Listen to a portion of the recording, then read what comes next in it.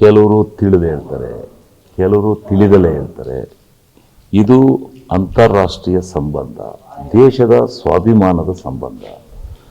ದೇಶ ಉಳಿದ್ರೆ ನಾವೆಲ್ಲ, ಮೊದಲು ದೇಶ ಉಳಿಬೇಕು. ದೇಶದ ಉಳುವು ಅಳುವಿನ ನಿರ್ಧಾರ ತೆಗೆದುಕೊಳ್ತಕ್ಕಂಥದ್ದು ಈ ದೇಶವನ್ನು ಆಳ್ತಕ್ಕಂಥ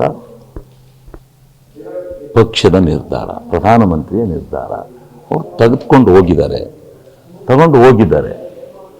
ಅದಕ್ಕೆ ನಾವು ಹಾರೈಸಬೇಕೇ ಹೊರತು, ಒಳ್ಳೆಯದಾಗಲಿ ಭಾರತ ದೇಶಕ್ಕೆ ಅಂತೇಳಿ ನಾವು ಹಾರೈಸಬೇಕೇ ಹೊರತು ಅದಕ್ಕೆ ಏನೋ ಮಸಲು ಕಲ್ಲು ಹುಡುಕ್ತಕ್ಕಂಥ ಕೆಲಸನ ಮಾಡೋದಲ್ಲ.